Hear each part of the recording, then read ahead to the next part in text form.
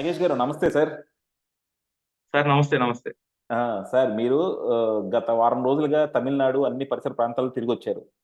So, Tamil Nadu అవును. అన్నది రాజకీయంగా కూడా చాలా ఎప్పుడు కూడా చాలా ఇంట్రెస్టింగ్‌గా ఉంటది సార్. ఎందుకంటే వాళ్ళకి సెంట్రల్ పార్టీలతో ఎప్పుడు కూడా పెద్ద సంబంధం ఉండదనమాట. అంటే అలయన్స్‌లో ఉంటారు. ఇప్పుడు మనం జయలలిత గారిని చూసాము. బీజేపీతో చాలా క్లోజ్‌గా ఉన్నారు. తర్వాత ఆమె చనిపోయినాక కూడా ఆ పార్టీ బీజేపీతో క్లోజ్‌గా ఉంది. తర్వాత బీజేపీ ఆ పార్టీని నాశనం చేసిందనుకోండి అది వేరే విషయం. ఆ తర్వాత డీఎంకే ఎప్పుడు కూడా కొంచెం కాంగ్రెస్‌తో అంటకాగుతా ఉంటది. కానీ ఎంతైనా సరే వాళ్ళకి లోకల్ ఇన్‌ఫ్లూయన్స్ అనేది చాలా ఎక్కువుంటదనమాట. బయట ఏదున్నా సరే వాళ్ళకి సంబంధం లేదు. అలాగే లోకల్ పార్టీలు గూడా ఎవరొచ్చినా సరే అక్కడ అభివృద్ధి అనే దాన్ని పెద్ద ఆపలేదు. ప్రతి పార్టీ గూడా అభివృద్ధి కంటిన్యూ అవుతానే ఉందక్కడ. సో, డెఫినిట్‌గా చూసుకుంటే గూడా తమిళనాడు సామాజికంగా, రాజకీయంగా గూడా సౌత్ ఇండియాలోనే ఒక స్పెషల్ స్టేట్ సార్ అది. సో, అదొక ఎగ్జాంపుల్ అన్నమాట. ఎందుకంటే మనం గూడా ఇన్నాళ్ళు మనకెప్పుడు కాంగ్రెస్ పార్టీ ఇక్కడ ఉంది గాబట్టి మనకి సెంట్రల్‌తో చాలా ఎక్కువ క్లోజ్‌గానే ఉన్నాం. వాళ్ళు అంత క్లోజ్‌గా లేరు. సో, వాళ్ళకెప్పుడు రీజనల్ పార్టీసే డామినేషన్ ఉన్నాయి. అలాగే ఇప్పుడు బీజేపీ ప్రతి లోకల్ పార్టీని హస్తగతం జేసుకోవాలనుకుంటుంది. కానీ అక్కడ అపోజిషన్ పార్టీ వీక్‌గా ఉన్నా సరే బీజేపీ అక్కడికెళ్ళలేకపోతుంది. ఏంటి సార్ అసలు తమిళనాడులో ఆ పెక్యులారిటీ ఏంటి? అంటే చరిత్ర చాలా ఇంపార్టెంట్. ఆ రాష్ట్రాలు, ఆ ప్రాంతాల్లో ఉన్న కల్చరు, చరిత్ర చాలా ఇంపార్టెంట్. ఇప్పుడు తమిళనాడు చరిత్ర చాలా చాలా డిఫరెంట్ చరిత్ర. ద్రవిడ భాష అంటే యాక్చువల్‌గా మన 5 రాష్ట్రాలు కలిపి ద్రవిడ. ద్రవిడ మొన్నట కలుసుకొని డీఎంకే అన్నమాట. డీఎంకే పార్టీ పెట్టి కరుణానిధి ఆ పార్టీలో పనిచేసాడు. అంటే అంటే ఆయన పెట్టిన రామస్వామి పెట్టినటువంటి పార్టీలో ఈయన పనిచేసాడు వీళ్ళు. ఎవరు? కరుణానిధి తర్వాత సినిమా యాక్టర్, సినిమా స్టార్ హోదాలో ఎంజీఆర్ కూడా సపోర్ట్ చేశారు.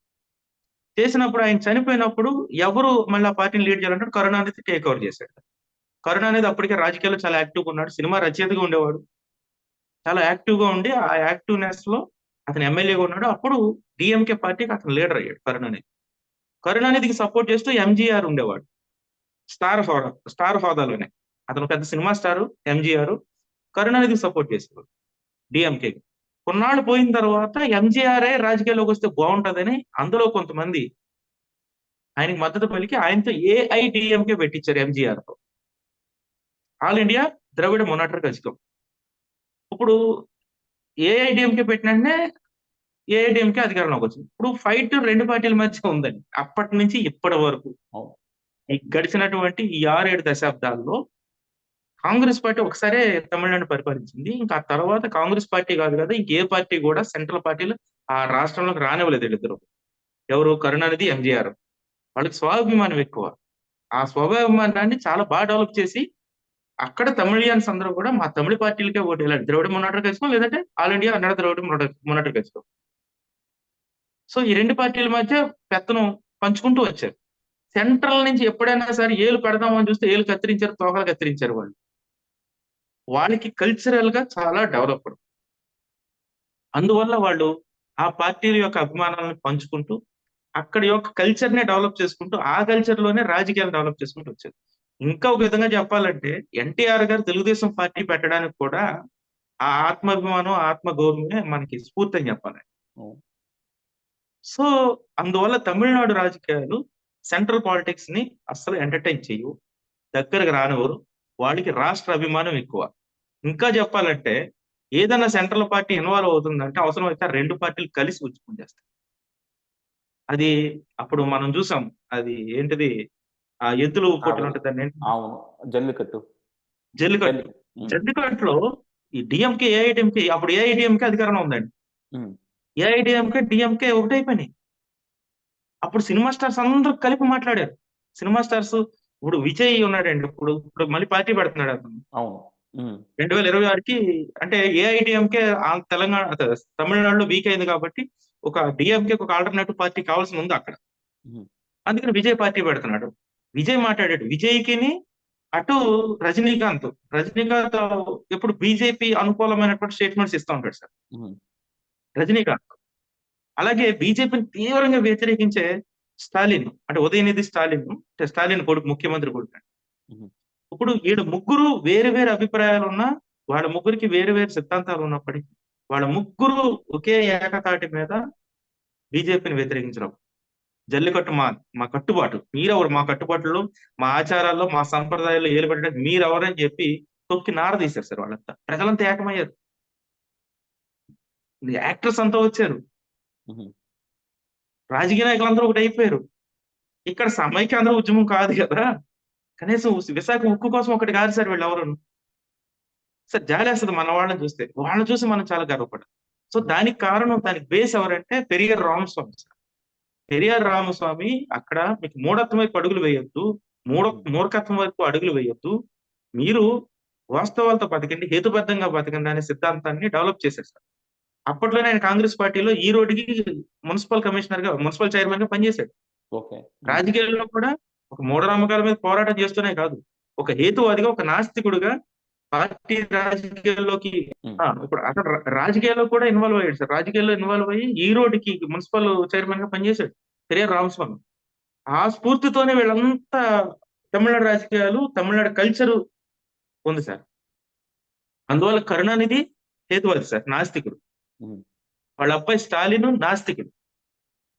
వాళ్ళ మానవుడు ఇప్పుడు ఉదయనిధి స్టాలిన్ నాస్తికుడు. ఉమ్, ఇప్పుడు టెంపుల్ స్టేట్ సార్ తమిళనాడు. ఉమ్, తమిళనాడు టెంపుల్ స్టేట్ అంటే అక్కడ ఉన్నన్ని గుళ్ళు ఇంకా మన భారతదేశంలో ఏ రాష్ట్రంలోనూ లేవు. ఉమ్, అలాగే అక్కడ ఉన్నంత మత విశ్వాసాలు ఏ రాష్ట్రంలోనూ లేవు. అక్కడ ఉన్నటువంటి హిందువులు ఏ రాష్ట్రంలోనూ లేరు. అక్కడ ఉన్నంత భక్తి ఇంకే రాష్ట్రంలో లేదు. కానీ ఆ రాష్ట్రానికి ఒక నాస్తికుడు ముఖ్యమంత్రి. స్టాలిన్ నాస్తికుడు. ఉమ్, వాళ్ళ నాన్న ఉదయనిధి 50 ఏళ్ళు ఎమ్మెల్యేగా పనిచేశారు, ఉమ్, 10 సార్లు. ఉమ్, అలాగే ఆయన ముఖ్యమంత్రిగా రికార్డు అక్కడ. ఉమ్, సో అక్కడ రాజకీయాల్ని, మతాన్ని వేరుగా చూస్తారు సార్. పరిపాలనను, మన కల్చర్ ని కాపాడేవాడే నాయకుడు అని నమ్ముతారు సార్. ఉమ్, అందువల్లే అక్కడ చూడండి మీరు, ఎక్కడ కూడా ఒకే క్యాస్ట్ డామినేషన్ ఉండదు అక్కడ. ఉమ్, ఆ మీకు ఉత్తరాదిలో అయితే బీసీల డామినేషన్ ఎక్కువ ఉంటుంది సార్. బీసీలే రాజులు అక్కడ. ఉమ్, ఉత్తరప్రదేశ్ లాంటి దాంట్లో బీసీలు రాజులు, ఉమ్, క్షత్రియాస్ అంటే వాళ్ళని యాదవాస్ ని ఆ యాదవ రాజు అంటారు. క్షత్రియులు వాళ్ళు. ఓకే. ఉమ్, వాళ్ళదే రాజ్యం అక్కడ. వాళ్ళే ఓసి అగ్రకులం. ఉమ్, బీహార్ కూడా అంతే, లాలూ ప్రసాద్ యాదవ్ వీళ్ళే. ఉమ్, ఒరిస్సా ఇవన్నీ అక్కడ యాదవాసు అప్పర్ కమ్యూనిటీ సార్. ఉమ్, మనకి ఆంధ్రాలో రెడ్డి, కమ్మ, ఉమ్, ఈ రెండు కమ్యూనిటీలే. వేరే కమ్యూనిటీలు కనీసం ముఖ్యమంత్రి సీటుకి పనిచేయదు ఉమ్, అట్లాగా. కానీ మీకు తమిళనాడు చూసుకోండి, తమిళనాడులో కరుణానిధి కమ్యూనిటీ ఏంటి సార్? ఉమ్, బార్బర్స్. ఉమ్, నాయి బ్రాహ్మణ కమ్యూనిటీ వాళ్ళు ముఖ్యమంత్రి చేస్తున్నారు. అదే. ఆ, ఎంజీఆర్, జయలలిత బ్రాహ్మణ్. ఉమ్, అంటే పెక్యులర్ కమ్యూనిటీస్ అధికారంలో ఉంటాయి సార్. ఉమ్, అక్కడ స్టారింగ్ హీరోస్ ఎస్సీలండి. ఉమ్, సినిమా స్టార్స్ అక్కడ స్టార్ అవును. హీరోలు ఎస్సీలు. అవును. ఉమ్, జై, రజనీకాంత్, ఉమ్, విక్రమ్, ఉమ్, వీళ్ళంతా స్టార్ హీరోస్ ఎస్సీల్లో ఉన్నారు అక్కడ ఉమ్. తమిళనాడులో. బీసీలు కూడా స్టార్ హీరోస్ ఉన్నారు, సూర్య, వీళ్ళందరూ. అవును, అక్కడ డైరెక్టర్లు కూడా ఎక్కువ ఎస్సీలు, అందుకే వాళ్ళకి అంత డైరెక్టర్ కళాత్మకమైన అందరూ కూడా సినిమాలు ఎస్సీ. వస్తాయి. ఉమ్, డైరెక్టర్ అందరూ. ఇప్పుడు ఇళయరాజా ఎస్సీ అండి. ఉమ్, సో ఇప్పుడు బీసీలో ఉన్నారు. ఇప్పుడు అజిత్ బ్రాహ్మణ్. ఉమ్, అంటే మిక్స్డ్ కల్చర్ ఉంది అక్కడ. మీకు మనం ఇక్కడ కులాలు ఎందుకు మాట్లాడుకుంటున్నాం అంటే, అదే. ఉమ్, అన్ని కులాలకు సమాన ప్రాధాన్యత ఉందండి అక్కడ. ఉమ్, ఎస్సీలు కూడా చాలా స్ట్రాంగ్ ఉంటారు అక్కడ, చాలా స్ట్రాంగ్. ఉమ్. అక్కడ అంటరాని వాళ్ళు కదా అక్కడ. అక్కడ వీళ్ళు పరిపాలకులు వాళ్ళు.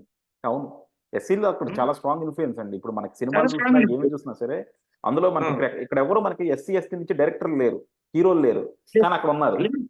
ఉమ్, అక్కడ ఉన్నారు, డైరెక్టర్లు ఉన్నారు. Vijay star hero sir. Vijay అదే. ఇప్పుడు 100 కోట్లు తీసుకుంటాడు సినిమాకి. అవును. ఉమ్, మరి 100 కోట్లు తీసుకున్న హీరో ఎస్సీ. ఉమ్, ధనుష్ ఎస్సీ. ఉమ్, తర్వాత జర్నీ సినిమాలో సెకండ్ హీరో ఉంటాడు కదా, అవును. అతను ఎస్సీ. ఉమ్, విక్రమ్ ఎస్సీ. ఉమ్, రజనీకాంత్ కూడా ఎస్సీ, తన క్యాస్ట్ తీసేసుకున్నాడు కానీ. ఉమ్, సో ఇప్పుడు ఇంత కమ్యూనిటీ అంటే ఒక దళిత కమ్యూనిటీ నుంచి ఇంత స్ట్రాంగ్ స్టార్స్ ఉన్నారు. At the same time business man లో స్ట్రాంగ్ ఉన్నారు. ఉమ్, బీసీలు కూడా స్టార్ హీరోస్ ఉన్నారు. ఉమ్, ఇప్పుడు అర్జున్, ఉమ్, కార్తిక్, ఉమ్, వీళ్ళంతా బీసీ. అవును. బ్రాహ్మిన్స్ లో కూడా సమాన ప్రాధాన్యత ఉంది. ఉమ్, బ్రాహ్మిన్స్ అంటే అవును. కమల్ హాసన్ ఉన్నాడు, ఉమ్, అజిత్ ఉన్నాడు, ఉమ్, వీళ్ళందరూ ఉన్నారు సార్. సో ఇక్కడ అందువల్ల ఏంటంటే అక్కడ కులానికన్నా వాళ్ళు ప్రాంతానికి, కల్చర్‌కి ఎక్కువ ప్రాధాన్యత ఇచ్చారు. అందువల్ల వాళ్ళ మధ్య ఒక బాండింగ్ ఉంటది సార్ తమిళనాడులో. హ్మ్. అక్కడ వాళ్ళంతా కల్చరల్‌గా చాలా అడ్వాన్స్‌డ్‌గా ఉన్నారు. హుహు. కులపరమైనటువంటి విభేదాలు లేవు. హుహు. అట్ ద సేమ్ టైమ్ అన్ని కులాలకు ప్రాధాన్యత ఉందక్కడ. అందువల్ల ఏంటంటే వాళ్ళు చాలా అడ్వాన్స్‌డ్‌గా ఉన్నారు. అంటే మ్యాన్ పవర్ బలంగా ఉన్నారు సార్ వాళ్ళు. హుహు. అక్కడ ఒక ప్రాంతానికి సంబంధించి ఏదైనా ఉద్యమం వచ్చిందనుకో సార్, అన్ని కులాలోళ్ళు వస్తారక్కడ. అదే. మనమేమో కులాల వారీగా సమాజం డివైడ్ అయిపోయింది. వాళ్ళేమో అంటే రాష్ట్రంగా కలిసున్నారాళ్ళు. సార్ విశాఖ ఉక్కు ఉద్యమం చేయాలంటే ఒక హ్మ్. దళిత నాయకుడు హ్మ్. స్టేట్‌మెంట్ ఇస్తే గాని ఇక్కడ దళితులు కదలరు. హ్మ్. ఒక బీసీ నాయకుడు స్టేట్‌మెంట్ ఇస్తే గాని బీసీలు కదలరు. హ్మ్. ఒక రెడ్డి నాయకుడు స్టేట్‌మెంట్ ఇస్తే గాని రెడ్లు కదలరు. హుహు. ఒక కమ్మ నాయకుడు స్టేట్‌మెంట్ ఇస్తే గాని కమ్మలు కదలరు. హ్మ్. ఒక కాపు నాయకుడు స్టేట్‌మెంట్ ఇస్తే గాని కాపులు కదలరు. ఆ హ్మ్. దౌర్భాగ్య పరిస్థితులు మన రాష్ట్రంలో చాలా చోట్ల ఉన్నాయి. కానీ తమిళనాడులో హ్మ్. కులాలకు అతీతంగా పనిచేస్తారు సార్. అక్కడ అవును. కూడా క్యాస్ట్ ఫీలింగ్స్ ఉన్నాయి. హ్మ్. అవి లేవని నేను అనట్లేదు. హ్మ్. అక్కడక్కడ ఆ మధ్య తమిళనాడులో ఒక దళిత స్త్రీ గుడిలోకొస్తే బ్రాహ్మిన్స్ తరిమి కొట్టారు. అయ్యున్నాయిలెండి. అవి డిస్క్రిమినేషన్ కూడా ఉంది గానీ ఉంటాయి.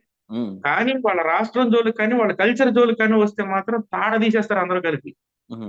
ఆ వారియర్ మోడస్టీ వాళ్ళ దగ్గర ఉంది. ఓకే. ఆ! ఆ! అందువల్ల ఏంటంటే మన దగ్గర లేదది. అది. హ్మ్. అది హిస్టరీ నుంచి ఒక నాయకుడు అక్కడ పెరియార్ రామస్వామిని ఫాలో అయ్యారు కాబట్టి ఆళ్ళందరూ అలా ఉన్నారు సార్. హుహు. మనం గూడా ఇక్కడ రామస్వామి చౌదరి ఉన్నాడు గదండీ! ఆయన పేరేం పేరు? త్రిపురనేని రామస్వామి చౌదరి. హ్మ్. సార్ త్రిపురనేని త్రిపురనేని రామస్వామి రామస్వామి చౌదరిని చౌదరి. గాని ఫాలో అయినట్లయితే మనం హ్మ్. అలాగే ఉండేవాళ్ళం. హుహు. మనం త్రిపురనేని రామస్వామి చౌదరి గారిని ఫాలో అవ్వలే. మన వాళ్ళందరూ. ఆ! మన వాళ్ళందరూ వేరే వేరే వాళ్ళని ఫాలో అయ్యారు. హ్మ్. ఆ! అందుకే ఎన్టీఆర్‌ని చూడండి సార్ మనం. హ్మ్. మీరు ఎన్టీఆర్‌లో మీరు రాముని చూస్తారు. హ్మ్. నేను రావణ్‌ని చూస్తాను సార్. రావణాసురుడిని చూస్తా హ్మ్. ఎన్టీఆర్‌లో. హుహు. ఆయన తమిళనాడు ఎంజీఆర్‌ని అన్నాడు. మీకో రామస్వామి ఉన్నాడు, మాకో రామస్వామి ఉన్నాడు. ఆయన త్రిపురనేని రామస్వామి చౌదరి అని చెప్పాడు. హ్మ్. మీరు ఎన్టీఆర్ సినిమాని బాగా గమనించండి. హ్మ్. ఆరియన్ కల్చర్ మీద హుహు. చాలా పోరాటం చేసాడాయన. హుహు. రామారావు రాముడు కాదు సార్. ఒరిజినల్‌గా రావణాసురుడు. హుహు. రామారావు గారికి రావణాసురుడంటే చాలా ప్రేమ. హుహు. రాముడంటే చాలా ద్వేషం. మీరు హ్మ్. గమనించండి. హుహు. కావాలంటే ఆయన సినిమాలు చూడండి. ఆయన హ్మ్. సినిమాల్లో కొన్ని డైలాగులుంటాయి. హుహు. ఆర్యన్ కల్చర్‌ని, రాముడిని ఈళ్ళందరిని తోలు తీసేసిన సందర్భాలు చాలా ఉన్నాయి. చాలా డైలాగులున్నాయి. మీకు కావాలంటే పంపిస్తాను ఎప్పుడన్నా. హుహు. ఆ! అందుకే రావణాసురుడి క్యారెక్టర్ ఆయన కావాలని చేస్తాడు సార్. రావణాసురుడిని హీరోని చేసింది హ్మ్. ఎన్టీ రామారావు. హుహు. సో, అందువల్లేంటంటే ద్రవిడియన్ కల్చర్‌ని చూసి నేర్చుకోవాల్సింది మనం చాలా ఉంది సార్. రావణాసురుడు వాళ్ళకి ఆదర్శం. మీరు కావాలంటే చూడండి తమిళనాడులో. హుహు. వాళ్ళు అది ఆ పద్ధతులను పాటిస్తారు వాళ్ళు. హుహు. రావణాసురుడు ఎదుగుదలలో కూడా ఒక వారియర్‌షిప్ ఉంది. హుహు. ఒక వారియర్ వే ఉంది. రావణాసురుడు హిస్టరీ కావాలంటే మీకు 'అసురన్' అనే ఒక బుక్ ఉంటది. హుహు. నీలకంఠ నారాయణ రాసాడు. ఆ బుక్ చదవండి. మీకు రావణాసురుడు ఒరిజినల్ రాజు ఎలా అయ్యాడనేది మీకు తెలుస్తది. అతను ఎందుకు అంత గొప్పవాడనేది తెలుస్తది. సో, అలాంటి మోటివేషన్‌తో తమిళియన్స్ పెరిగారు సార్. హుహు. అలాంటి మోటివేషన్‌తోనే పెరియార్ రామస్వామి లాంటోళ్ళు అక్కడ బీజాలు వేశారు. హుహు. పెరియార్ రామస్వామిని ఫాలో అయినటువంటి మొదటి కీ లీడర్స్ ఇద్దరు కూడా హ్మ్. కరుణానిధి గాని, ఎంజీఆర్ గాని ఆ పద్ధతులనే ప్రజలందరూ తీసుకున్నారు. హుహు. మనం ఏంటంటే ఒక ఎన్టీ రామారావు గారు తప్ప మిగిలినోళ్ళందరూ కూడా మనం వేరే హుహు. కల్చర్‌ని డెవలప్ చేశారు. అందువల్ల ఎన్టీఆర్ గారి ఆదర్శాలను గాని, త్రిపురనేని రామస్వామి చౌదరి ఆదర్శాలను గాని మనం అడాప్ట్ చేసుకోగలిగినట్లయితే ఆంధ్రప్రదేశ్ కూడా మొదటి నుంచి బాగుండేది సార్. అంటే ఇక్కడ నేను కులాలు తీసుకొస్తున్నాను అనుకోమాకండి సార్. ఎందుకో గాని మనైపు మామూలుగా చూసుకుంటే గూడా చౌదరులు అంటే ఇప్పుడు రామస్వామి చౌదరి గారు గాని, లేకపోతే వీళ్ళు గాని కమ్యూనిస్టులు గూడా ఎక్కువ వాళ్ళే ఉండేవాళ్ళు. మనైపు కమ్యూనిస్టులంతా గూడా ఎక్కువ చౌదరి కుటుంబం నుంచే గదా ఉండేది. కమ్మ కుటుంబాల నుంచే ఉండేవాళ్ళు. అవునవును. వాళ్ళందరిలోన రెవల్యూషన్ థాట్స్ ఉండేయి. అందుకేనేమో అసలు మనైపు వాళ్ళు ఇప్పుడు తెలంగాణలో ఇప్పుడు రజాకార్ల మీద పోరాటాలు చేసినా, లేకపోతే తెలంగాణలో ఇప్పుడు మనకి అంత దొర వ్యవస్థను నిర్మూలించినా సరే ఇక్కడి నుంచి ఎళ్ళిన కమ్యూనిస్టులేగా. ఇప్పుడు ఎక్కువ అందుకే ఇటు నుంచెళ్ళిన కమ్మారెడ్డి మైగ్రేట్ అయినోళ్ళే వాటికి వ్యతిరేకంగా కూడా పోరాటం చేశారు. అందుకే కానీ కామ్రేడ్స్ అంటే కమ్మారెడ్డి అంటారు. అవును. అవును. కానీ వాళ్ళని ఈ రెడ్లు ఎక్కడో కొంచెం ఈ ఇది ఇంకెక్కువ విపరీతంగా అయిపోతుంది, వీళ్ళు సమాజాన్ని అంతా కానీ మరీ ప్రక్షాళన చేస్తున్నారేమో అన్నది అక్కడే కమ్మాళ్ళకి రెడ్లకు కూడా ఒక వైరం లాగా వచ్చిందేమో. అందుకే మనకి సరే విజయవాడని క్యాపిటల్ కాకుండా కూడా నిలువరించింది కూడా ఆ రెడ్డి రాజకీయమేగా. అంటే ఇక్కడ ఏమైందంటే సార్, అంటే మీకు మనం ఇప్పుడు తమిళనాడు డిస్కషన్ ఉన్నా కాబట్టి కంపారిజన్ వచ్చింది కాబట్టి చెప్తున్నాను. ఉహు, తమిళనాడులో మేజర్ కమ్యూనిటీస్ ని రాజకీయాల్లో కలుపుకొని, ఉద్యమాల్లో కలుపుకొని, కల్చర్ లో కలుపుకొని ముందుకు తీసుకెళ్లారు సార్. అవును. అంటే అప్పుడు కూడా బ్రాహ్మణ డామినేషన్ ఉండే తమిళనాడులో. బ్రాహ్మణ్ డామినేషన్ ఉన్నప్పటికీ పెరియార్ రామస్వామి బిలాంగ్స్ టు కాపు. ఉహు, కాపు అంటే అక్కడ బలిజ అంటారు. బలిజ. ఆ, బలిజ కమ్యూనిటీ పెరియార్ రామస్వామి అంటే ఉమ్, దీనికి కాపుకి ఈక్వల్ అంటే కమ్యూనిటీ అన్నమాట. ఉమ్. అంటే మనకుంటారు కదా, అక్కడ రాయలసీమలో కమ్యూనిటీస్ ఉంటారు లేదు. బలిజలు ఆ, ఉంటారు రాయలసీమలో. అక్కడ వీళ్ళు ఉంటారు, బ్రాహ్మణ ఈక్వల్ గా ఉండే కమ్యూనిటీస్ కొన్ని ఉన్నాయి. ఉహు, అయ్యార్లు అంటారు, వీళ్ళందరూ ఉంటారు అక్కడ. సో కానీ మేజర్ కమ్యూనిటీస్ అక్కడ 32-37% ఎస్సీస్ ఉన్నారండి ఇక్కడ ఉమ్, తమిళనాడు. అలాగే బీసీలు కూడా చాలా బలంగా ఉంది, 50% వరకు ఉంది. సో ఈ రెండు కమ్యూనిటీలని కలుపుకొని కల్చరల్ డెవలప్మెంట్ జరిగింది అక్కడ. ఇండస్ట్రియల్ డెవలప్మెంట్ అలాగే జరిగింది, ఫైనాన్స్ డెవలప్మెంట్ అలాగే జరిగింది. ఏ డెవలప్మెంట్ అయినా సరే ఈ రెండు కమ్యూనిటీని కలుపుకొని మొదట వచ్చినటువంటి అగ్రకులానికి చెందినటువంటి బ్రాహ్మిన్స్ కానీ, అలాగే బలిజ కమ్యూనిటీకి చెందిన పెరియార్ రామస్వామి కానీ, వీళ్ళందరూ వాళ్ళని కలుపుకొని ఉద్యమాలు ముందుకు తీసుకెళ్ళారు. అందులోంచి పుట్టిన వాళ్ళే వీళ్ళంతా, ఎవరు ఈ కరుణానిధి కానీ వీళ్ళందరూ కూడా బీసీలు కానీ ఎస్సీలు కానీ స్టార్స్ అవడానికి కారణం అది. అంటే అక్కడ కల్చరల్ ఉద్యమాలు వచ్చినప్పుడు అట్టడుగు వర్గాలను కలుపుకుని ముందుకెళ్ళారు సార్. కానీ ఆంధ్రప్రదేశ్ లో కమ్మాస్ కానీ రెడ్డిస్ కానీ చేసినటువంటి మిస్టేక్ ఏంటంటే, అంటే అప్పుడు కుదరకపోవచ్చు వాళ్ళకి, కానీ అది ఇప్పుడు తప్పుగా పరిణామం చెందింది. ఉహు, అసలు మిగిలిన కులాలని బీసీ ఎస్సీలని దగ్గరికి రానివ్వలేదు. ఉహు, రానివ్వకుండా ఉన్న భూమి మీద వీళ్ళే ఆక్యుపై చేశారు, ఎవరు కమ్మాస్ కానీ రెడ్డిస్ కానీ. భూమిని ఎక్కువ వాళ్ళే తీసుకున్నారు. అంటే వాళ్ళకు ఉన్నటువంటి అగ్ర కులం అనే ట్యాగ్ వల్ల అక్కడ ఉన్నటువంటి బ్రిటిష్ గవర్నమెంట్ కానీ, అక్కడ ఉన్నటువంటి అయ్యార్లను కానీ, అక్కడ ఉన్నటువంటి కర్ణాలను కానీ వీళ్ళందరినీ మేనేజ్ చేసుకుని 1921 ఎఫ్ఎంబి ఫీల్డ్ మెజర్మెంట్ బుక్ వచ్చినప్పుడు ఆంధ్రప్రదేశ్ లో ఏం చేశారంటే, ఎక్కువ మంది అంటే తెలంగాణ ప్రాంతంలో రెడ్లు, ఆంధ్రప్రదేశ్ లో కమ్మాసు, రాయలసీమలో రెడ్డిస్ ఏం చేశారంటే ఆ గ్రామాల్లో ఉన్న భూముల్ని ఆ కులాలే రాయించుకునేది. మీకు ఎఫ్ఎంబి వచ్చే ముందు వరకు భూమి ఎవరిది కాదు, ఉమ్. జాతీయం. అప్పుడు అదేలే. గవర్నమెంట్ కంట్రోల్లోనే ఉండేది, రాజు ఉమ్, పరిపాలనలోనే, రాజు కంట్రోల్లోనే ఉండేది. కానీ ప్రజలకి కావాలి భూమి అన్నప్పుడు, ప్రజలు తీసుకోండి ఈ భూమి అన్నప్పుడు తమకున్నటువంటి అగ్రకుల ట్యాగ్ ను వాడుకొని వాళ్ళు ఈ భూములన్నీ రాయించుకున్నారు. అంతేగాని ఈ భూములు ఎవరి తాతో వాళ్ళ ముత్తాతో తీసుకొచ్చి తట్టడి మట్టి తీసుకొచ్చి చేసింది కాదు ఇక్కడ. ఉహు, ఈ భూమి నిర్మాణం సహజంగా జరిగింది. ఈ భూమి మీద కులాలు అసహజంగా పెరిగాయి. ఆ కులాల్లో ఈ రెండు కమ్యూనిటీలు ఏం చేశాయంటే ఎక్కువ భూమి మీద పెత్తనం సాధించుకోగలిగాయి. ఉహు. అంటే మిగిలిన కులాలు ఎవరు ఊళ్ళోకి రాలేదు. ఎస్సీలు అనేవాళ్ళు ఊళ్ళోకి రాలేదు. బీసీలు అనేవాళ్ళు కుల వృత్తులకు మాత్రమే పరిమితం అయ్యారు కొద్దిమంది కూడా. వ్యవసాయం మీద వీళ్ళు పట్టు సాధించి భూమి మీద వీళ్ళు సంపద కానీ లాక్కున్నారు. అది అది ఒప్పుకుంటాను, అది అది జరిగింది. కానీ దాంట్లో ప్రక్షాళన కూడా. ఉమ్, కాన్సిక్వెంట్లీ ఏం జరిగిందంటే, ఈ కల్చరల్ ఉద్యమాలు వచ్చినప్పుడు ఈ కమ్యూనిటీస్ ని వీళ్ళిద్దరు కలుపుకోలేదు. ఉహు, ఈ రెడ్డి కమ్మ కమ్యూనిటీస్ బీసీలను ఎస్సీలను బాగా కలుపుకున్నట్లయితే తమిళనాడు లాంటి కల్చర్ మన ఆంధ్రప్రదేశ్ లో కూడా వచ్చి ఉండేది. ఉహు, ఇప్పుడు ఏమైందంటే ఆ వెనుకబడతనం కార్పొరేట్ సెక్టర్ లోకి వెళ్ళిపోయారు వీళ్ళిద్దరు, ఈ రెండు ఉహు, కమ్యూనిటీస్. ఈ BC SC communities other OC వెనుకబడిన కులాలు, అంటే ఓసీలో పేదలుగా ఉన్నవాళ్ళు ఉహు. ఇంకా వెనక్కి ఉండిపోయారు. అంటే అందులో కమ్మస్ ఉంటారు, రెడ్డిస్ ఉండొచ్చు, వెనకబడి పర్సంటేజ్ లో తేడా ఉండొచ్చు. ఇప్పుడు దీనివల్ల ఏమైందంటే వీళ్ళు క్యారీ చేయాలి సార్. లీడర్ ఎప్పుడైనా సరే అడ్వాన్స్డ్ గా ఉన్నవాడు, చైతన్యం కలిగిన వాడు తమ తోటి గ్రామాలని, తమ తోటి ప్రజలని, అన్ని కులాలని వాళ్ళు చైతన్యపరచాలి. కమ్యూనిస్ట్ లో ఉన్నటువంటి అప్పుడున్నటువంటి కమ్మాస్, రెడ్డిస్, అంటే నక్సల్ కొంచెం రాడికల్ గా ఉన్నవాళ్ళు రెడ్డిస్, కొంచెం చైతన్యంతో ఉన్నవాళ్ళు కమ్మాస్ అండి కమ్యూనిస్టులు అప్పుడు. ఉమ్, అందుకే పీపుల్స్ వార్ లో ఎక్కువ రెడ్డిస్ ఉంటారు, ఉహు. కమ్యూనిస్ట్ పార్టీల్లో సిపిఐ సిపిఎం లో ఎక్కువ కమ్మాస్ ఉంటారు ఓకే. పర్సంటేజ్. ఆహా. ఉహు, ఉమ్, రెబల్ అంతా రెడ్లును సాఫ్ట్ ఆ! వాళ్ళంతానేమో రెడ్‌లో కొంచెం తీవ్రవాద వ్యవస్థ ఉంటది సార్. ఓకే. ఆ! అందుకే నక్సల్స్‌లో ఎక్కువ రెడ్‌లు ఉంటారు. రెడ్ అన్న ఉంటారు. హ్మ్. అంటే ఇప్పుడు సరే కల్చరల్‌గా వాళ్ళకి అక్కడ ఉన్నటువంటి ఆక్యుపెన్సీ ఉన్న పరిస్థితిని బట్టి అదేలెండి. ఫ్రీక్వెన్సీని బట్టి, ఆక్యుపెన్సీని బట్టి ఉంది సార్ అప్పుడు. హుహు. సో, రెడ్డీస్‌లో ఎక్కువ నక్సలైట్‌లు ఉన్నారు. నక్సలైట్ వైపుకెళ్లారు. కొంచెం తీవ్రవాదం వైపుకెళ్లారు. వీళ్ళేమో కమ్మాసేమో ఎక్కువ కొంచెం ఈ భూస్వామ్య వ్యవస్థ, పారిశ్రామిక వ్యవస్థలు, హ్మ్. ఆర్థిక వ్యవస్థల మీద పట్టు సాధించారు.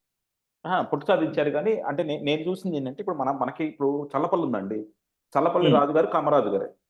ఓకే. అవునండి. ఆయన యార్లగడ్డ ఆయన. కానీ ఆయన వ్యతిరేకంగా ఉద్యమం చేసింది మళ్ళా కమ్మాళ్ళే. ఆయన దగ్గరున్న పొలాలన్నీ గూడా లాక్కొని మళ్ళా పేదలకు పంచింది కమ్యూనిస్టులేగా అక్కడ ఎక్కువ. కమ్యూనిస్టులు కాకపోతే డామినేటెడ్ బై కమ్మాస్. అవును. డామినేటెడ్ బై కమ్మాస్ కానీ పంచిన భూములన్నీ కూడా కమ్మాస్‌కి, కాపులకే పంచారు సార్. లేదు. మా ఊర్లో నాకు తెలుసు గదా! నాకక్కడ మనకి ఎస్సీలకి, ఎస్టీలకి, కాపులకి ఎందుకంటే మన వైపు కాపులు చాలా మంది పేదవాళ్ళున్నారు. కమ్మరికి అవును. తక్కువ కానీ కాపులకి చాలా వచ్చినాయండి. ఏ సార్ అంటే కాప్ పంచిన భూములంటే సార్ అంటే ఇప్పుడు పంచిన భూములు, ఉన్న భూములు. హ్మ్. ఆ! సరే ఉన్న భూములు పంచారు. తీసేయండి. ఉన్న భూములు తీసేద్దాం. ఇప్పుడు వాళ్ళు ఆ! అంతకుముందు తీసుకున్న కానీ రాజుగారి నుంచి తీసుకొని పంచిన భూములు మాత్రం ఎక్కువ పేద వర్గాలకే పంచారు. సార్ పంచిన భూములెన్ని, ఉన్న భూములెన్ని అని లెక్కేస్తే సార్ పంచిన భూములు 5% 10% సార్. ఆ! అంటే ఇప్పుడు వినోబా భావే కూడా భూదాన ఉద్యమం పెట్టాడు సార్. హ్మ్.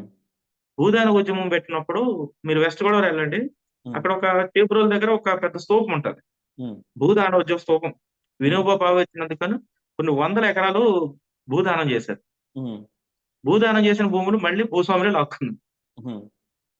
ఆ పంచినోళ్ళకి ఎవరికి లేదు. సరే ఒకవేళ పంచినోళ్ళకి ఉన్నా సార్, హ్మ్. ఇప్పుడు 100 ఎకరాల్లో 10 ఎకరాలు పంచారు సార్.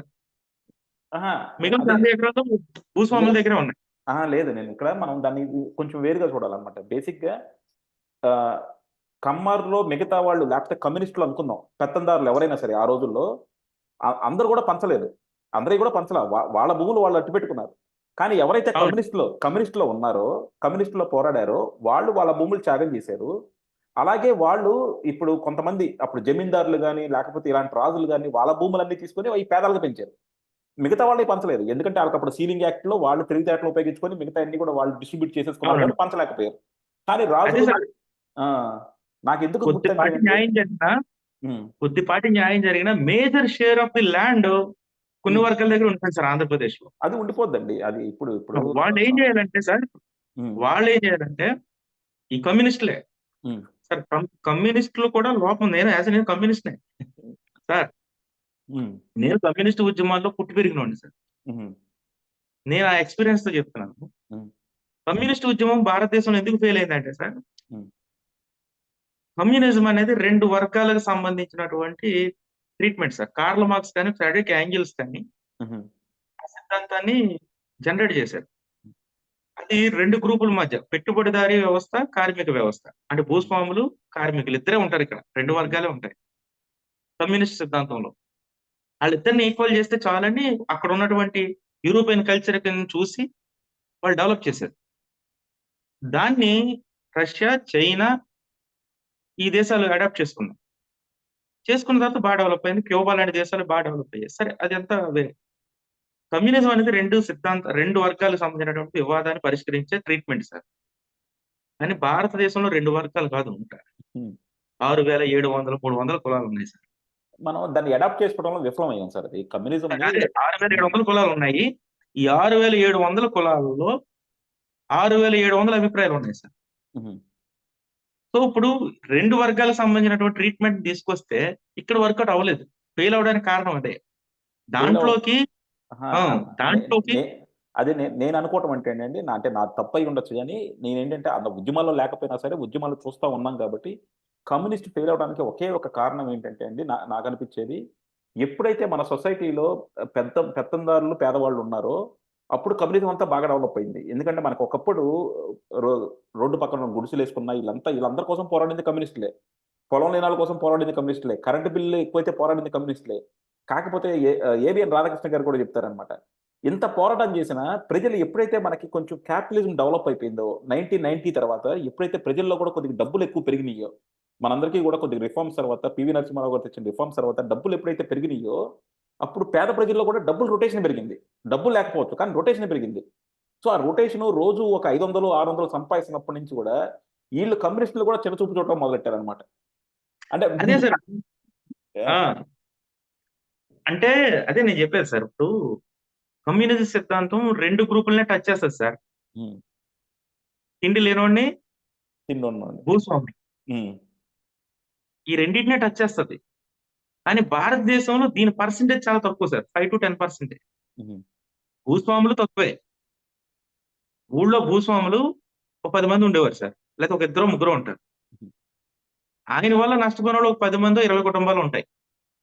అంటే ఊళ్ళో ఒక 1000 జనాభా ఉంటే ఇప్పుడు కమ్యూనిస్ట్ సిద్ధాంతం పనిచేసేది ఒక 10 మంది భూస్వాముల మీద, ఒక 20 మంది అన్యాయానికి గురైన వాళ్ళు ఉంటారు. అంటే ఒక 50 మందికి సంబంధించినటువంటి ఉద్యమం సార్. కానీ ఆ ఊళ్ళో ఉన్న 1000 మందికి కులం ఉంటది సార్. ఆ ఊళ్ళో ఉన్న 1000 మంది మధ్య అంతరాలు ఉన్నాయి సార్. ఒక 10 అంతరాలు ఉన్నాయి. 10 కులాలు ఉంటాయి ఊళ్ళో. ఈ అంతరాల్లోకి కమ్యూనిస్ట్ పార్టీ చొరబడలేకపోయింది. ఆ కాస్ట్ సిస్టాన్ని గాని అడాప్ట్ చేసుకోగలిగినట్లయితే కమ్యూనిస్టులు, కుల పోరాటాలు చేసినట్లయితే కమ్యూనిస్టులు మొదట్లో భూ ఉద్యమాలు చేశారు. కార్మిక ఉద్యమాలు చేశారు. కేవీపీఎస్ అనేది తర్వాత పుట్టింది. కుల వివక్ష వ్యతిరేక పోరాట సమితి అనేది కమ్యూనిస్టుల్లో ఈ 2000 ఆ ప్రాంతాల్లో డెవలప్ చేశారు. కానీ కమ్యూనిస్ట్ పార్టీ 1927లో భారతదేశంలోకి ఎంటర్ అయినప్పుడే అప్పటికే అంబేద్కర్ ఒక సిద్ధాంతం చెప్పాడు సార్. మళ్ళీ మనం చాలా దూరం వెళ్ళిపోతాం. అంబేద్కర్ ఒక సిద్ధాంతం చెప్పాడు. కమ్యూనిస్ట్ ఉద్యమం చాలా అవసరము. కమ్యూనిస్ట్ ఉద్యమాన్ని కుల సిద్ధాంతాన్ని కూడా అడాప్ట్ చేసుకోండి. మీరు రెండింటిని కలిపితేనే ఈ సామాజిక ఉద్యమాలు చేస్తేనే భారతదేశంలో సమానత్వం వస్తదని చెప్పాడు. ఇంకోటి నాకు అనిపించేది ఏంటంటే అసలు కమ్యూనిస్టులు దేవుడు లేడు, దేవుడికి వ్యతిరేకంగా ఎందుకు మాట్లాడతారో నాకు అర్థం కాదు. కమ్యూనిస్టులది హ్యావ్స్ అండ్ హ్యావ్ నాట్స్ మధ్య వాళ్ళ పోరాటం ఉండాలి. కానీ వాళ్ళు ఏంటంటే దేవుడు అనే దాన్ని కూడా తీసుకొచ్చేసారు. మా ఇంట్లో మా తాతగారు ఎప్పుడు ప్రసాదం తినేవాళ్ళు కదనమాట. ఇప్పుడు మనకు కొంతమంది క్రిస్టియన్స్ ఉన్నారనుకోండి, హిందువులు ప్రసాదం ఇస్తే తినరు. అలాగే మా తాత ఆయన కమ్యూనిస్ట్ అనమాట. ఇంట్లో మా నాయనమ్మ గనక పూజ చేసి ఆయన ప్రసాదం ఇస్తే పక్కన పడేసేవాళ్ళు. వాళ్ళకి పూజలు ఇష్టం ఉండదన్నమాట. సో మీ అలా తాతగారితో మాట్లాడతా సార్ నేను. ఏంటి సార్? మీ తాతగారి తరపున మాట్లాడతా నేను ముందు. అదే. సో అలా ఏంటంటే ఎందుకంటే మిగతా వాళ్ళ భావాలని గౌరవించకుండా కూడా ఇగ్నోర్ చేసుకోవటం వల్ల కూడా కొంచెం దూరం అయిపోయిందేమో ఇది. అంటే అది అలాగని చెప్పండి సార్. నేను దాన్ని అంగీకరించకపోవచ్చు యాస్ ఏ కమ్యూనిస్ట్ గా. అదేలేండి. ఎందుకు అంగీకరించకపోవచ్చో చెప్తా, రీజన్ చెప్తా. అంటే కమ్యూనిజానికి అదే దేవుడికి రాజకీయానికి సంబంధం లేదు సార్. అంటే మనం ఇంతకుముందు ఒక వీడియో చేసాము. ఆ వీడియోకి కనెక్ట్ చేస్తే తమిళనాడులో ఎక్కువ గుళ్ళు, ఎక్కువ మంది హిందువులు, ఎక్కువ మంది భక్తులు ఉన్నారు సార్. కానీ అక్కడ ఒక నాస్తికుడు ముఖ్యమంత్రి అయ్యాడు. కర్ణాటక కూడా ఒక నాస్తికుడే ముఖ్యమంత్రి. తెలంగాణలో కూడా భక్తులు ఎక్కువ ఉన్నారు. కేరళలో క్రైస్తవులు ఎక్కువ ఉన్నారు. అక్కడ కూడా నాస్తికుడే ముఖ్యమంత్రి. సో ఇక్కడ రాజకీయాలకు, పరిపాలనకు దేవుడికి సంబంధం లేదు సార్. ఇక్కడ ఇంకా కమ్యూనిస్టులు ఎందుకు దేవుడిని యాక్సెప్ట్ చేయరు చాలా మంది అనేది చెప్తాను. అంటే ఇప్పుడు కొంతమంది కమ్యూనిస్టులు కూడా దేవుడిని మొక్కుతున్నారులేండి. అది వేరే విషయం. నారాయణ గారు కూడా తిరుపతిలో వస్తున్నారు. కమ్యూనిజం అనేది మీ తాతగారు ఎందుకు, మీ నాయనమ్మ గారు పెట్టే ప్రసాదం ఎందుకు తీసుకోలేదంటే ఆ ప్రసాదం తినకూడదు, దాంట్లో ఏదో తప్పు ఉందని కాదు. ఆవిడ మూఢత్వంతో ఆలోచిస్తుంది, మూర్ఖత్వంతో ఆలోచిస్తుంది అంటే ఆయన ఆలోచన. నువ్వు మూఢత్వంతో పూజలు చేసి తీసుకొచ్చేది నాకెందుకు? నువ్వు నాకు ఇప్పుడు ఆవిడ వండి పెట్టి అన్నం తినేవాడు కదా సార్ ఆయన. ఆవిడ వండి పెట్టి కూరలు తినేవాడు కదా. ప్రసాదం ఎందుకు తినలేదంటే నువ్వు మూఢత్వంతో పూజలు చేస్తావు, నీకు ఏమీ తెలియదు, అందుకే నేను అది స్వీకరించాను అనేది ఆయన ఉద్దేశం. అంటే ఆ ప్రసాదాన్ని ఆయన తిరస్కరించట్లేదు, ఆవిడ ఆలోచన తిరస్కరిస్తున్నాడు. సో కమ్యూనిజం అనేది గతి తార్కిక భౌతిక వాదం పైన ఏర్పడింది సార్. ఇంకా చెప్పాలంటే హేతుబద్ధమైనటువంటి వాదన మీద, అంటే వాస్తవంగా కనిపిస్తేనే దాన్ని నమ్మాలి, దాన్ని చూడాలి అనేది కమ్యూనిస్టుల సిద్ధాంతం. ప్రతిదాన్ని క్వశ్చన్ చేసేవాడిని కామ్రేడ్ అంటాం మనం జనరల్ గా. అంటే ఇది ఇప్పుడు ఇది రైట్ ఆర్ రాంగ్, నువ్వు దండం ఎందుకు పెట్టావు అంటే వాళ్ళకి తెలియదు. ఎందుకు పెట్టకూడదు అంటే లేదు కాబట్టి పెట్టడం అనేది కమ్యూనిస్టుల సిద్ధాంతం. సో కమ్యూనిస్టులు ఏంటంటే హేతువాదం మీద ఎక్కువ ఆలోచిస్తారు కాబట్టి దేవుడు లేడని నమ్ముతారు ఎక్కువ మంది. దేవుడే ఉన్నట్లయితే ఇన్ని అంతరాలు ఎందుకు, ఇన్ని విభేదాలు ఎందుకు అనేది వాళ్ళ థాట్స్. సరే ఇప్పుడు అందరి థాట్స్ ని గౌరవించాలి సార్. హిందువుల థాట్స్ ని గౌరవించాలి, క్రైస్తవుల థాట్స్ ని గౌరవించాలి, ముస్లిం థాట్స్ ని గౌరవించాలి. ఇట్స్ ఇండియాలో 1600 మతాలు ఉన్నాయి. సో ఇంకొక విషయం ఏంటంటే దేవుడిని నమ్మిన వాళ్ళు బాగానే ఉన్నారు. దేవుణ్ణి నమ్మని వాళ్ళు బాగానే ఉన్నారు. ఆహ్, హేతువాదుల సంఖ్య ఇంకా పెరుగుతూ ఉందట నా ప్రపంచంలో. మొన్న ఈ మధ్య కాలిక్యులేషన్స్ వచ్చాయి. ఉమ్. 121 కోట్ల మంది హేతువాదులు ఉన్నారండి. నాస్తికులు ఉన్నారు. ఎందుకండి ఇప్పుడు మన ఇండియాలో కూడా మీరు గనక హ్మ్. దేవుణ్ణి నమ్ముతున్నాము అంటే మీకు 5% ట్యాక్స్ కట్ చేస్తామంటే అందరూ కూడా నాన్ హిందూస్ అయిపోతారు. దేవుణ్ణి నమ్మని వాళ్ళు అయిపోతారు. యూరోప్‌లో ఏంటంటే ఇప్పుడు మీరు దేవుణ్ణి నమ్ముతున్నారు అనుకోండి జర్మనీలో మీరు చర్చికి వెళ్తున్నారంటే మీకు ఒక certain percent of tax system మీరు చర్చికి కట్టాలి. మీ జీతంలో నుంచి. ఓకే. అందుకని ఇక్కడంతా నాన్ రిలిజియన్‌గా డిక్లేర్ చేసుకుంటారు. అదే మన ఇండియాలో కూడా పెడితే మిగతా అందరూ కూడా నాన్ రిలిజియన్ గానే డిక్లేర్ చేసుకుంటారు. సార్ నేనైతే ఇప్పుడు మీరు అది సందర్భం కాకుండా మాట చెప్తా సార్. ఆ! నాస్తికులు, హేతువాదులు దేవుడిని నమ్మే చాలా ఎక్కువ మంది కన్నా మంచోళ్ళు సార్. హ్మ్. ఎందుకంటే నాస్తికులు, హేతువాదులు పెద్ద మూర్ఖంగాను, అన్యాయంగా ఉండరు సార్. హ్మ్. కానీ దేవుడిని నమ్మే వాళ్ళు ఎక్కువ మంది అమాయకంగా ఉంటారు. హ్మ్. మూఢత్వంతో ఉంటారు. అంటే నేను వాళ్ళ భావాలు నేను కించపరచడం అనేది కాదు నా నా అదేలెండి. ఆలోచన. హ్మ్. దేవుడిని ఎందుకు మొక్కుతున్నారో వాళ్ళకి తెలీదు. బైబిల్ పట్టుకొనెళ్తారు. చదువుకోనోళ్ళు పట్టుకెళ్తారు సార్. హుహు. ఎందుకు పట్టుకెళ్తారో తెలీదు. అందులో కనీసం ఒక్క లైన్ కూడా చదవలేరు. హ్మ్. పట్టుకెళ్ళడం ఎందుకు? ఎళ్లి వినొచ్చు కదా! హ్మ్. అప్పులు చేసి గుడికెళ్తారు సార్.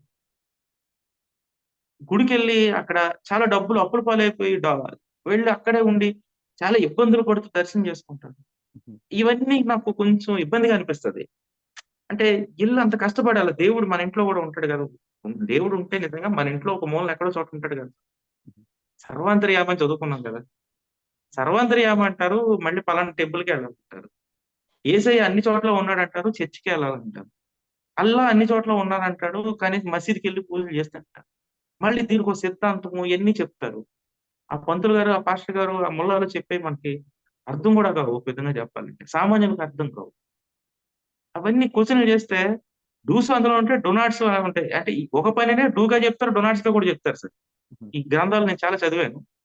ఈ మత గ్రంథాలన్నీ చదివినప్పుడు ఒకే విషయాన్ని ఒక చోట డూగా చెప్తారు. ఇంకో చోట డూ నాట్‌గా చెప్తారు సార్. హుహు. దాన్ని ఎలా బిలీవ్ చేసేది? ఇది కమ్యూనిస్టుల ప్రశ్న. అదేలెండి. హుహు. అంటే నేననేదేంటంటే దేవుడి వల్ల నీకు ప్రశాంతతొస్తుంది. నాకన్నా కాన్ఫిడెంట్‌గా ఉంటున్నావు నువ్వు అంటే నమ్ముకో. హ్మ్. తప్పులేదు సార్. కానీ ఎందుకు నమ్ముతున్నావో తెలియకపోతే ఎందుకు నమ్మాలంటున్నా. అదేలే. ఆ! మనకొక లాజికల్ క్లోజింగ్ కావాలి సార్. అదేలెండి. ఇప్పుడు సింపుల్ సార్. దేవుడిని నమ్మాలంటే పెద్ద ధైర్యం అవసరం లేదు. పెద్ద నాలెడ్జ్ అవసరం లేదు. పెద్దగా జ్ఞానం అవసరం లేదు. పెద్దగా ఆలోచించక్కర్లేదు. దేవుడిని నమ్మేవాళ్ళు ఎక్కువ మంది నిరక్షరాస్యులే ఉన్నారు. హ్మ్. చదువుకున్న వాళ్ళ కన్నా చదువుకోలేనోళ్ళు ఎక్కువ మంది. అంటే పర్సెంటేజ్. అదేలెండి. హ్మ్. అదే చదువుకోలేని వాళ్ళందరూ దేవుడిని నమ్ముతారు. అది ఎవరి తత్వం దేవుడిని వాళ్ళదది. నమ్మాలంటే ఆ! హ్మ్. దేవుడిని నమ్మాలంటే భయమో, భక్తో రెండిట్లో ఒకటుంటే చాలు సార్. హ్మ్. 2 ఉంటే చాలు. కానీ దేవుడిని నమ్మకంగా ఉండడానికి చాలా ధైర్యం కావాలి. హ్మ్. ఇప్పుడు మీకన్నా నాకు ఎక్కువ కాన్ఫిడెన్స్ కావాలి సార్. హ్మ్. మీరొక భక్తుడు. హ్మ్. నేను కాదు. కానీ మీకన్నా నాకు ఎక్కువ ధైర్యం కావాలి. ఎందుకంటే మీకు ఒక నమ్మకం ఉంటది లోపల. హ్మ్. నాకేదైనా ఆపదొస్తే నా దేవుడు చూసుకుంటాడని. హుహు. కానీ నాకు ఏ దేవుడు లేడు. నన్నెవరు చూసుకుంటారు సార్? నన్ను నేనే చూసుకోవాలి. హ్మ్. అందువల్ల ఒక దేవుడిని నమ్మడం కన్నా నమ్మకంగా ఉండాలంటే చాలా ధైర్యం కావాలి. చాలా హ్మ్. ఆత్మస్థైర్యం కావాలి. చాలా కాన్ఫిడెన్స్ కావాలి. అందువల్ల ఏంటంటే ఇప్పుడు ఆహ్, అందువల్ల దేవుడిని నమ్మని వాళ్ళు నాస్తికులకి ఎక్కువ ఆత్మవిశ్వాసం ఉంటది కంపారిటివ్‌లో. అందుకనే ఈ ప్రపంచంలో 97% సైంటిస్ట్‌లు నాస్తికులు. హుహు. అలాగే నాస్తికత్వాన్ని నమ్మిన దేశాలు చాలా అడ్వాన్స్‌డ్‌గా ఉన్నాయి. జపాన్, సౌత్ కొరియా ఇలాంటి దేశాలు, క్యూబా ఇలాంటి దేశాలు కొంచెం యూరోపియన్ కంట్రీస్‌లో కూడా మీ మీ దేశంలో జర్మనీలో కూడా నాస్తికులు పెరిగిపోయారు. ఇంగ్లాండ్‌లో కూడా క్రిస్టియన్స్ తగ్గిపోతున్నారు. అదే చర్చిలు చెప్తున్నా ఖాళీ అవుతున్నాయి. గదండీ. యూరోప్‌లో ఈ కులాలు, మతాలు తగ్గడానికి ఒకే ఒక కారణం ఏంటంటే అండి, ఎవరైతే చర్చ్‌కెళ్తున్నారో వాళ్ళందరూ టాక్స్ కట్టాలన్నమాట. సో, ఈళ్ళు టాక్స్ కట్టలేక మేము నాస్తికులుగా డిక్లేర్ చేసుకుంటున్నారు తప్ప ఆళ్ళు ఒరిజినల్‌గా నాస్తికులు గాదు. అది. అంటే ఆ! Okay sir. ఇప్పుడు హ్మ్. ఏదో భయమేసినప్పుడు ఇట్లా అనుకోవడం, లేదంటే ఇలా అనుకోవడం, లేదా హ్మ్. ఇలాగ అనుకోవడం అది వేరు. అంటే అదే జనరల్‌గా ఒకటేనండి. మనం గ్రో అయిన కొద్దికి, మనకి అవేర్‌నెస్ పెరిగే కొద్దికి చాలా మంది కూడా కొంచెం ఇప్పుడు బేసిక్‌గా మేము చూసుకున్నా సరే, ఇప్పుడు కమ్యూనిస్ట్ బ్యాక్‌గ్రౌండ్‌లో పెరిగినా సరే, మాకు విజయవాడ కనకదుర్గమ్మ అంటే భక్తి, మన తిరుమల వెంకటేశ్వర స్వామి అంటే భక్తి, ఇయన్నీ భక్తుంటాయి. అలా అని చెప్పి 24 గంటలు పూజలో ఉంటాము, లేకపోతే ఛాందస్వాదంతో ఉంటాం అన్నది కాదు. మనకేంటంటే అది అదే కల్చర్. ఇప్పుడు ఒక కల్చర్. ఇప్పుడు నాకు నగేష్ గారు తెలుసు. నగేష్ గారిని ఒక గౌరవం ఇస్తాను. అలాగే మనం ఆంజనేయ స్వామిని గౌరవించుకుంటాం. మనం మిగతా వాళ్ళని గౌరవించుకుంటాం. ఇది మనకి కైండ్ ఆఫ్ ఒక కల్చర్‌లో మనం పెరిగామండి. సో, ఆ సార్ కల్చర్‌కి మించి మూఢత్వంలోకి వెళ్ళకూడదు. ఇప్పుడు మూఢత్వంలోకి మా వెళ్ళకుండా ఇంట్లో ఉన్నాం సార్. మా ఇంట్లోను అన్ని మతాలోళ్ళు ఉన్నారు. హ్మ్. మా ఇంట్లోనే. మేము నాస్తికులు కూడా ఉన్నాం మా ఇంట్లో. మా పిల్లలు, నేను నాస్తికులు. హ్మ్. మా పేరెంట్స్ వాళ్ళు కొంచెం ఏదో దేవుళ్ళని నమ్ముతుంటారు. హుహు. అంటే వీళ్ళెవరిని మేము కాదనం, వద్దనం. హుహు. దీపావళి గ్రాండియర్‌గా చేసుకుంటాం. హ్మ్. తర్వాత అంటే కల్చర్ సరదా. అదే. ఇప్పుడు ఇప్పుడు దీపావళి దీపాలు వెలిగించకపోతే దేవుడొచ్చి ఏదో చేస్తాడని భయంతో చేయం. సరదాగా ఎంజాయ్‌మెంట్ సరదా చేస్తాం. అంతే. ఆ! ఆ! ఇప్పుడు మా మదర్ అప్పుడప్పుడు చర్చికెళ్తది. హ్మ్. చర్చికెళ్ళిందనుకోండి మేము వద్దననం. ఆవిడకేం చదువు రాదు. బైబిల్ పట్టుకొని పోతది. ఆ! మేము జోకులేస్తాం సరదాగా. హ్మ్. కానీ ఆవిడనేమో అడ్డు చెప్పను. నువ్వు వెళ్ళొద్దు ఇంట్లోనే ఉండు. ఎందుకంటే అదొక టైమ్ పాస్ ఆవిడకి. హ్మ్. రెండోదేంటంటే ఆవిడ కొంచెం ఏదో ప్రశాంతంగా ఉండడానికి. ఇప్పుడు మనకి చర్చిల్లో గాని, గుళ్ళల్లో గాని, హుండీల్లో గాని పడే డబ్బుల్లో అవినీతి చేసినోళ్ళే దేవుడు మమ్మల్ని రక్షించని అవినీతి డబ్బులేస్తున్నారు సార్. ఎంత హ్మ్. తప్పు సార్. హుహు. రెండోది పేదవాళ్ళు అప్పు చేసి పట్టుకెళ్ళి ఏస్తున్నారు సార్. ఇప్పుడు మీరు నేను పట్టుకెళ్ళి ఏసామనుకో సార్. పోనీ మనకి సఫిషియెంట్ ఇన్‌కమ్ ఉంటుంది. హుహు. ఓకే. మన పిల్లల్ని ఎక్కడికో తీసుకెళ్ళాలి. హ్మ్. ఏదో కొంచెం పద్ధతిగా పెంచాలి, డివోషనల్‌గా పెంచాలన్న ఆలోచనతో కొంత ఎంటర్‌టైన్‌మెంట్‌కి ఖర్చు పెట్టే డబ్బుల్ని డివోషనల్‌గా ఖర్చు పెడితే తప్పు కాదు సార్. హుహు. కానీ ఇలా వెయ్యకపోతే తప్పు, ఇంతెయ్యకపోతే తప్పు, హ్మ్. ఇక్కడ గుండు గీయించుకోకపోతే ఏదో జరుగుద్ది. హ్మ్. ఇక్కడ ప్రార్థన మోకాళ్ళ ప్రార్థన చేసుకోకపోతే ఏమవుతదనే మూర్ఖత్వం ఉంది సార్. హుహు. దాన్ని నేను తప్పుపడను. హ్మ్. ఇప్పుడు ధైర్యంగా ఉండలేనప్పుడు, భయంతో ఉండేటప్పుడు కొద్దిపాటి భక్తి ఉందనుకోండి. ఓకే. యాక్సెప్టెడ్. నువ్వు ధైర్యంగా ఉండడానికి ఏదో ఒకటి చెయ్. కానీ దాన్ని మూర్ఖత్వంగా మార్చుకొని, మూఢత్వంగా మార్చుకొని, హ్మ్. అప్పులు చేసి డబ్బులు ఖర్చు పెట్టుకోవడం. ఈ నాన్‌సెన్స్ అంతా నాకు చాలా యాహ్! ఇబ్బంది సార్. అది. కమ్యూనిస్ట్‌లు ఎక్కువ మంది ఇలాగే ఉంటారు సార్. అందువల్ల మీ తాతగారు, మీ నాయనమ్మ గారు పెట్టిన ప్రసాదాన్ని తిరస్కరించడానికి కారణం ఇదే. ఇప్పుడు ఆవిడేదో వండి పెట్టిందనుకోండి హ్యాపీగా కూర్చొని 2 జోకులేసి తినుండేవారు. అలా హ్మ్. కాకుండా ఆవిడేదో దానికొక పూజ చేసి, దానికొక తంత్రం వేసి, దానికొక మంత్రం వేసి, దాంట్లో అనవసరంగా ఏవో కొన్ని నూనెలు, ఆయిల్స్ అన్నీ తీసుకొచ్చి వేసి, దాని అహా! ముందు 4 అగరత్తులు పెట్టి, అలాగే ఇయన్నీ చేసి పెట్టడం. మా మా ఆ!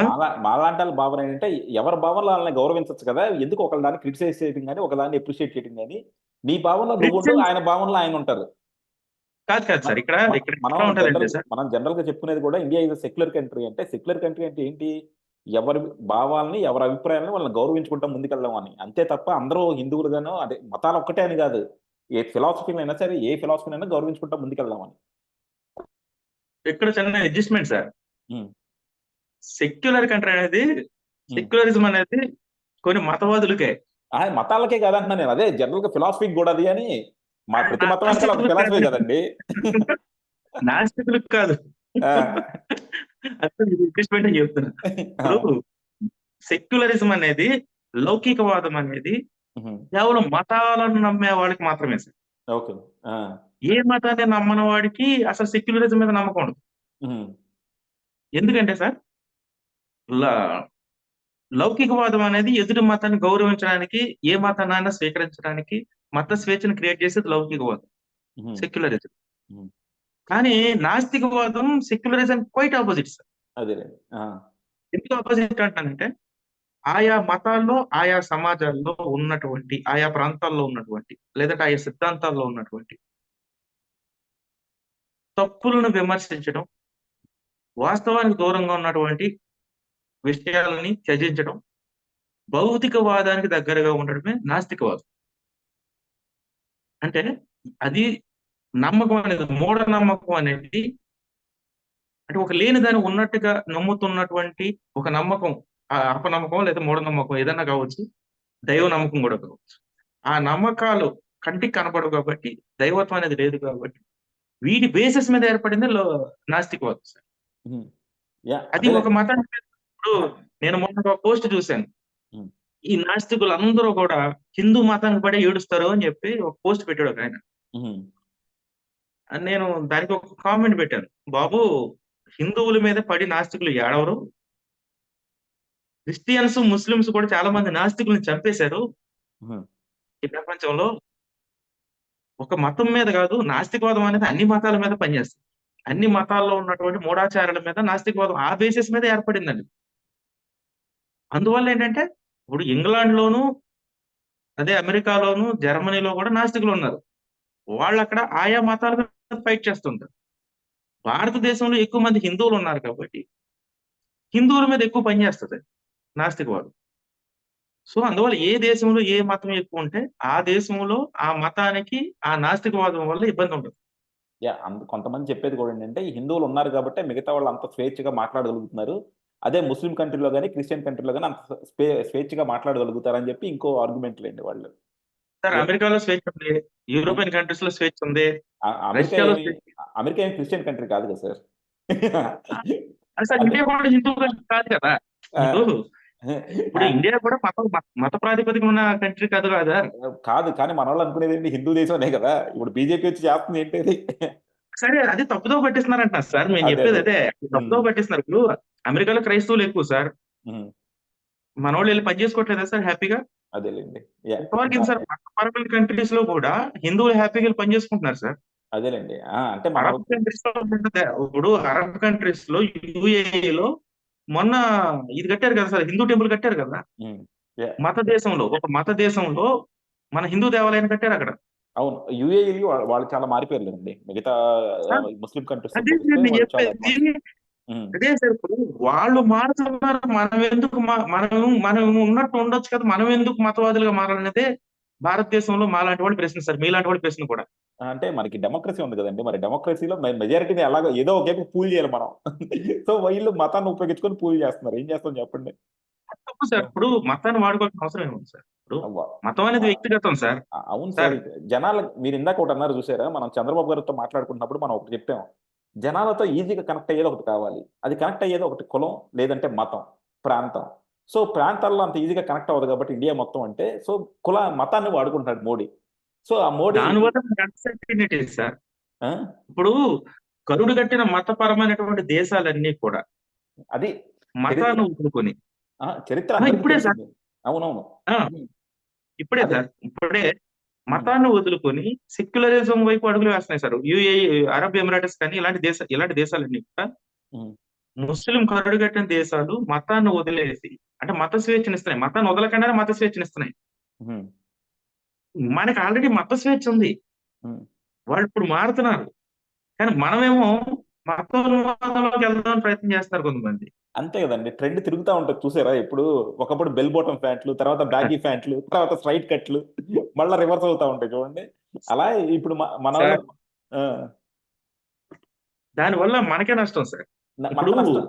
నేను దాంట్లో నేను అసలు 100% ఏకీభవిస్తున్నానండి. మతం అనేది రావటం ఉమ్, వల్ల ఏంటంటే మనకి లేనిపోని కాంప్లికేషన్ తప్ప దానివల్ల మనకు వచ్చే పెద్ద సొల్యూషన్ ఏమి ఉండదు. దానివల్ల మనం సార్, ఏమి అభివృద్ధి కూడా చెందాం. కాకపోతే ఏంటంటే రాజకీయ నాయకులు మనకి మన డెమోక్రటిక్ కంట్రీ ఉన్నప్పుడు ఏంటంటే కంపల్సరీ ఇప్పుడు కేసీఆర్ ప్రాంతం అనేది ఎందుకే ఊగిపడ్డాడండి అంత. ఒక విధంగా పూల్ చేసి ఆయన గవర్నమెంట్ లోకి రావాలి. జగన్మోహన్ రెడ్డి ఇప్పుడు పేదాళ్ళు పెత్తందారులని లేనిపోయింది ఎందుకు క్రియేట్ చేస్తున్నాడు, ఏదో ఒకటి క్రియేట్ చేసుకుని వాళ్ళ ఓట్లన్నింటినీ మూట కట్టుకోవాలి. సేమ్ అదే మోడీ. ఆ, మోడీ ఏం చూశాడు, ఇండియాలో బోల్డ్ అని కులాలు ఉన్నాయి, సో ఇవన్నిటితో మనం వెళ్ళలేము, సో మతం అనే దాన్ని పట్టుకుందాము అన్నది బీజేపీ వాళ్ళు పట్టుకున్నారు. అది ఇప్పుడు వాళ్ళు సక్సెస్ అవుతున్నారు. మేబీ మన వాళ్ళందరూ కూడా తెలివి పెరిగి మేబీ ఈ మత జాడ్యాల్లో మనం వెళ్ళకూడదు అని నమ్ముకొని రేపు కాంగ్రెస్ ని గెలిపించారనుకోండి, మీరు నేను హ్యాపీగా ఉంటాం. లేదనుకోండి సార్, ఇంకో నాకు సార్, తెలివైన రాష్ట్రాలు ఏవి కూడా, తెలివైన రాష్ట్రాలు ఒకటి రెండు తప్ప మిగిలిన రాష్ట్రాల్లో ఎక్కడ కూడా బీజేపీ అధికారంలో లేదు. ఉమ్, డెవలప్డ్ స్టేట్స్ లో మతవాదం లేదు సార్. ఆ. అందుకే కదండి సౌత్ ఇండియాలో ఎక్కడ బీజేపీ ఆంధ్రాకి ఫండ్స్ ఏమి రాకుండా డెవలప్ చేయకూడదని చూస్తుంది. అందుకే కదా వాళ్ళు. సార్, ఇప్పుడు సౌత్ ఇండియాలో ఐదు స్టేట్స్ లో బీజేపీ లేదు సార్. ఉమ్, ఢిల్లీలో బీజేపీ లేదు సార్. పంజాబ్ లో బీజేపీ లేదు సార్. ఇక డెవలప్డ్ స్టేట్స్ ఏమున్నాయి సార్? పంజాబ్, గుజరాత్ ఒకటి ఉంది. గుజరాత్ కి అడ్డుగోలుగా డబ్బులు ఇస్తున్నారు కాబట్టి డెవలప్ అవుతుంది. ఉమ్, అండ్ నైసర్గికంగా కూడా అక్కడ వ్యాపారస్తులు, అక్కడ సముద్రం తీరం ఉంది, ఉమ్, పోర్బందర్ అవన్నీ కొంచెం మంచి డెవలప్డ్ ఉన్నాయి. రెండోది ఏంటంటే అక్కడ వ్యాపారవేత్తలు ఎక్కువ ఉన్నారు కాబట్టి ఒక గుజరాత్ తప్ప సార్ యా, డెవలప్ అయిన స్టేట్స్ లో ఎక్కడైనా బీజేపీ ఉందా సార్? అదే. ఉమ్, పేదరికం ఎక్కువ ఉన్న దేశాల్లో, ఎక్కువ రాష్ట్రాల్లో మాత్రమే బీజేపీ ఉంది తప్ప అది కొంచెం నాలెడ్జ్ ఉన్నవాళ్ళు, కొంచెం చదువుకున్న వాళ్ళు. ఫ్యూడల్ పాలిటిక్స్ చేసే వాళ్ళందరికీ అంతే కదండి. ప్రజల్ని పేదరికంలో నెట్టి పబ్బం గడుపుకుందాం అనుకుంటారు. సో వీళ్ళు అవును చేసేది సార్. అంతా అదే. సో అందులో మనం వాళ్ళ గురించి పెద్ద గొప్పగా చెప్పుకోవడానికి కూడా ఏం లేదు. కాకపోతే ప్రజలు ఎప్పుడు దాన్ని గుర్తెరుగుతారు, వాళ్ళకి వ్యతిరేకంగా ఓటేస్తారు అన్నది చూడాలి. ఎందుకంటే మనం అవును సార్. డెమోక్రటిక్ కంట్రీ కాబట్టి, సో ప్రజల న్యాయ నిర్ణేతలు. సో వాళ్ళు ఎప్పుడు రిలీజ్ ఓకే అవుతారో ఎప్పుడు చేస్తారని చూద్దాం. Thank you sir. Thank you. Okay sir. Thank you.